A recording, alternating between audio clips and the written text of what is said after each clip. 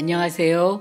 주의 여행 이야기 첫 번째 싱가포르 편입니다.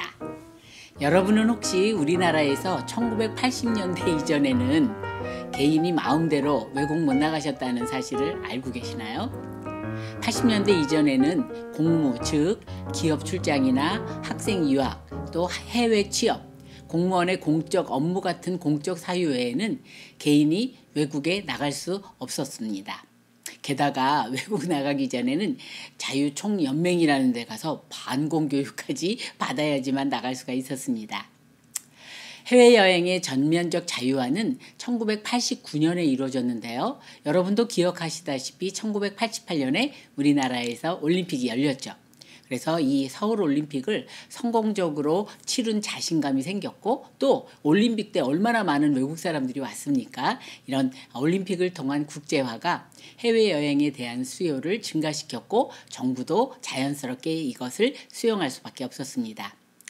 이렇게 개인의 해외여행이 금지되어 있던 1980년 11월에 저는 해외에 나가게 되었습니다. 사실 제 순서가 아니었어요. 저보다 3년이나 선배인 옆병동의 수간호사님이 연수를 나가기로 되어 있었는데, 때마침 그 선배님이 그 11월에 결혼이 잡혀 있었습니다. 그래서 대신 제가 해외 연수를 싱가포르로 나가게 되었던 거죠. 개인 여행이 금지되었던 그 시절에 이렇게 해외로 연수 간다는 것은 저 개인의 로또에 그치는 것이 아니고 우리 가족의 경사이며 가문의 영광이었다고 해도 과언이 아니었습니다. 그 당시만 하더라도 우리나라 국적기인 대한항공은 가격이 엄청 비쌌고요. 그에 비해서 저렴한 데다가 국제적으로 친절하다고 소문이 자자했던 싱가포르 에어라인을 타게 되었습니다. 비행기 타니까요, 그 남극의 그 독특한 향이 짙게 배어나고요. 얼마나 그 스튜디오스들이 친절한지 진짜 기분이 좋았습니다. 또 그때만 하더라도 영어 한마디라도 더 하려고 괜히 목마르지도 않는데 물을 달라, 또 배고프지도 않은데 주스 달라고 하는 영어를 요즘 같으면 간단하게 water please 하면 끝날 일을 would you please give me a glass of water? 라고 교과서에서 나오는 영어를 써가면서 영어 회화 연습을 했던 것도 기억이 납니다. 6시간 비행을 하면서 창문 밖으로 해지는 광경을 보느라고 창문에서 고개를 떼지 못한 그런 여행 시간이 지났고 공항에 도착을 했습니다. 그 즈음엔 요즘 이제 우리가 싱가포르에 가면 창이 에어포트인지를 이용하게 되는데요. 그때는 아직 건설 중이었고 아주 작은 공항이었습니다. 공항에 도착하니 떠나온 우리나라는 11월에 쌀쌀한 날씨와 대조적으로 밤늦게 도착했는데도 남극의 열기가 얼굴로 후끈 덮쳐왔던 기억이 납니다. 문제는요, 같이 간 병원 동료 2명과 우리 모두 셋이었는데 우리 셋의 개인 짐은 무사히 잘 찾았습니다. 그런데 연수가 끝나고 병원에 인사하러 드리고 올 선물을 한꺼번에 싼 큰 가방이 보이질 않는 거예요. 그런데 아무리 찾아도 나오질 않고, 또 우리를 데리러 마중 나온 병원 직원이 기다리고 있어서 마냥 시간을 보낼 수가 없어서 할 수 없이 일단 숙소로 갔고, 다음날 그 직원이 다시 저를 공항에 데려다 줬고, 동료 중에 제일 젊은 제가 혼자 가서 공항에 가서 가방의 색깔은 무엇이며 크기는 대충 몇 센치고 이런 것을 설명하다 보니까 할 수 없이 영어가 그냥 그 하루 만에 그냥 일취월장 아주 발전할 수밖에 없었습니다. 싱가포르에서의 생활은 너무 즐거웠습니다. 마침 연수간 저는 그 당시 싱글이기도 했고 완전 물 만난 고기처럼 싱가포르에서 즐겁게 지냈습니다. 왜냐하면 그 당시 지금은 길거리에서 흔하게 보는 KFC, 우리나라에서는 없었죠. 또 맥도날드 이런 것들이 즐비하게 있었고 가면 어찌나 맛있고 신기하던지 정말 많이 먹었습니다. 그런데 이런 모든 것보다 가장 신기했던 것은 우리 그 당시 우리나라에선 통행 금지가 있어서 밤 12시부터 그 다음날 4시까지는 댕길 수가 없었고 댕기려면 경찰서에 갔었잖아요. 그런데 싱가포르에는 통행 금지가 없어서 너무 신기해서 밤 12시 넘어서까지 거리를 활보하며 다닐 수 있다는 사실에 흥분해서 신나게 밤거리를 누비고 다녔습니다. 그런데 여러분 재밌게도요. 반대로 그곳 사람들은 내가 통행금지가 없는 것에 신기해하듯이 반대로 그 사람들은 어머 니네 나라는 통행금지가 있어? 통행금지가 뭐야? 왜 있어? 라는 얘기를 아주 신기하듯이 물어봤던 것이 기억납니다. 제가 너무 열심히 쏠쏠거리고 돌아다녀서 나중에는 그곳 사람들이 자기네보다 싱가포르 지리를 더 잘한다고 혀를 내두를 정도였습니다. 네, 또 신기했던 것 중에 하나는요. 처음 이제 시내에 있는 한국 식당에 가서 한식을 먹는데 어머나 세상에 불고기 가격하고 김치찌개 가격이 똑같은 거가 참 신기했던 기억이 납니다. 싱가포르에 대해서 잠깐 살펴보면 싱가포르는 우리나라 부산보다 약간 작은 도시국가입니다. 그리고 국민의 70% 이상이 중국인이고 그 다음이 말레이시아 사람, 그 다음에 인도 사람, 기타 외국인 등으로 다민족 국가라고 볼 수 있습니다. 다민족 국가이기 때문에 싱가포르의 공용어는 영어입니다. 그런데 70%가 넘는 중국 사람들이 이 영어를 하는데 얼마나 재밌는지 중국 말의 영향을 받아서 어조와 발음이 아주 우스웠습니다. 예를 들어서 주차장을 말하는 카팍은 까빡까빡 그러고 발음을 했고요. yes, no 같은 영어 단어는 너라, yes라 하면서 중국말과 영어의 짬뽕 영어를 해서 들을 때마다 웃음을 터뜨렸던 기억이 납니다. 한 가지 재밌는 에피소드는 이제 나랑 좀 친해지면 많은 싱가포르 사람들이 코리안이 다 너같이 생겼냐? 라고 물어봅니다. 그러면 제가 만난 대부분의 싱가포르 사람들은 중국인이었기 때문에 아니 나같이 생기지 않고 너같이 생겼어 라고 하면 같이 웃곤 했습니다. 한 번은 인도인 간호학과 학생이 자기네 집에 놀러 가자고 저를 초청했습니다. 그 집에 놀러 가서 그 가족이 권유하는 대로 인도의 전통 복장인 사리를 입고 또 인도 사람들이 이마에 찍는 점 이거를 빈디라고 하더라고요. 이거를 그려놓더니 그 가족 학생들이 그 학생의 가족들이 하는 말이 너 영락 없는 인도인이라고 얘기를 하는 말을 들었습니다. 인도에는 여러 종족이 있는데 아마 그 가운데 백색 계통의 인도 유럽 종족인 아리안족 같아서 그런 얘기를 했던 것 같습니다.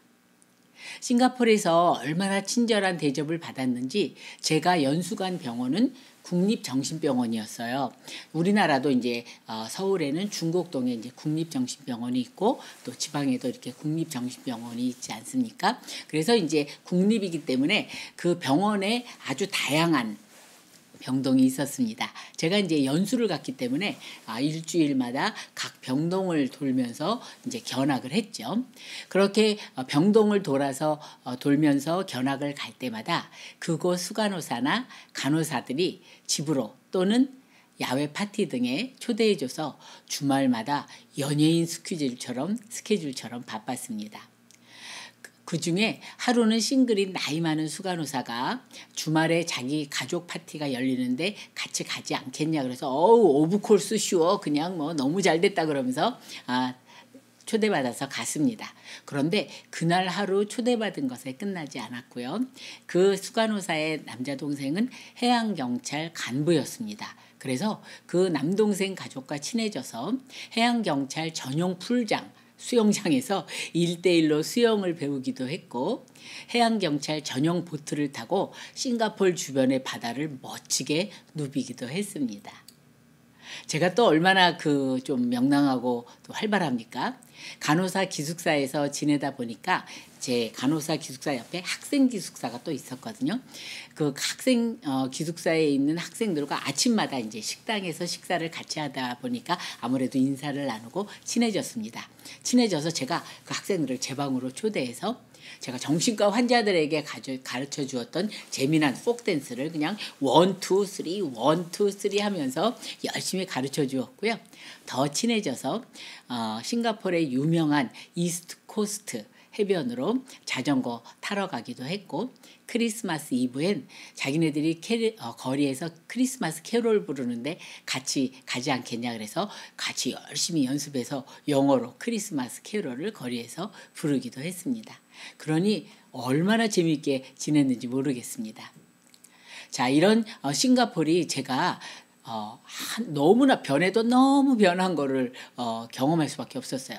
제가 한참 지난 1996년에 다시 싱가포르에 갈 일이 있었는데, 제가 갔던 1980년도와는 너무 달라지고 거리가 많이 번화해졌다고 느꼈는데, 그 후에 2000년이 지나서 다시 한번 학생들 수학여행 따라가느라고 2000년대 이후에 싱가포르를 경유하는 김에 시내 관광을 하다 보니 훨씬 더 변화했고요.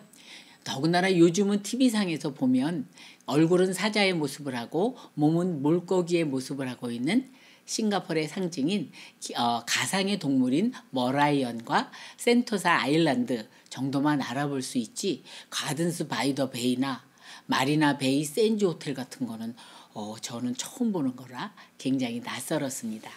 하지만 이렇게 많은 것이 변한 싱가포르도 여태까지 변하지 않은 것이 있죠. 엄청나게 변한 싱가포르이지만 안 변하는 건 악명에 가까울 정도의 각종 벌금 제도 있지 않을까 싶습니다. 얼마나 그 벌금 제도가 스트릭트하고 엄했는지 1980년대에 연수 가면서 비행기 안에서도 해서는 안 되는 행동, 예를 들면 씹던 껌을 길에 뱉으면 안 된다, 길에서 침 뱉으면 벌금이다, 이런 행동에 대해서 자칫 저지르기 쉬운 행동을 기록해 놓은 책을 열심히 읽으며 외웠던 기억이 납니다. 그런데 무엇보다도 저는 싱가포르에서 그렇게 모든 것에 매료되어서 그렇게 물 만난 고기처럼 시간 가는 줄 모르고 신나게 2개월을 지냈는데, 이게 웬열 3개월째 접어들자 그렇게 신기하고 재밌었던 것들이 다 시들해졌습니다. 우리나라 음식만 먹고 싶고 하늘에 떠가는 비행기만 봐도 집에 가고 싶어서 눈물이 났습니다. 그래서 혼자 시내에 있는 한국 식당에 가서 그 비싼 김치찌개를 사 먹는 등 나름대로 여러 시도를 해봤지만 집에 가고 싶은 그리움은 좀처럼 사그러들질 않았습니다. 이른바 향수병이었습니다. 얼마나 집에 오고 싶었는지 돌아오는 길에 다른 여러 나라들을 여행하는 일정도 가능하면 줄여서 서둘러서 귀국했습니다. 본래의 서식처나 집으로 되돌아가고 싶어하는 현상을 회귀본능 또는 귀소본능이라고 합니다. 감옥에서 지내본 사람들 말에 의하면 잘 지내다가도 하루 중에 해질녘이 가장 지내기가 힘들다고 하는데, 이때가 집 생각이 가장 나는 시간이기 때문인 것 같습니다. 또 낮 시간에 부모와 잘 떨어져서 놀던 아이들도 어둑어둑해지면 칭얼대면서 엄마를 찾는 것도 마찬가지 이유에서인 것 같습니다. 나 역시 그 재밌던 싱가포르에서 3개월째 접어들자 힘들었던 건 바로 이 귀소 본능 때문에 힘들었던 것이었습니다. 그리스의 대서사시 오디세이아에서 모든 이쁜 여자, 같이 살자, 잘해줄게, 이런 모든 유혹을 뿌리치고 집으로 가고 싶어 하던 주인공 오디세우스는 우리의 본능을 잘 표현하고 있습니다. 하지만 그토록 저는 날마다 바라며 그리워합니다. 집으로 돌아가는 귀향의 날을 볼 수 있기를. 이젠 40년도 넘은 세월이 흘러서 각종 매체에서 보여주는 싱가포르는 너무 변화해서 낯설게 느껴지는 점이 없지 않지만, 개인이 자유롭게 외국에 나갈 수 없는 시기에 처음으로 가본 외국이 싱가포르였기도 했고, 또 너무나 많은 사람들이 친절하게 대해줘서 참 고마웠어서 지금도 싱가포르 하면 저절로 미소가 지어지고 마음이 따뜻해집니다.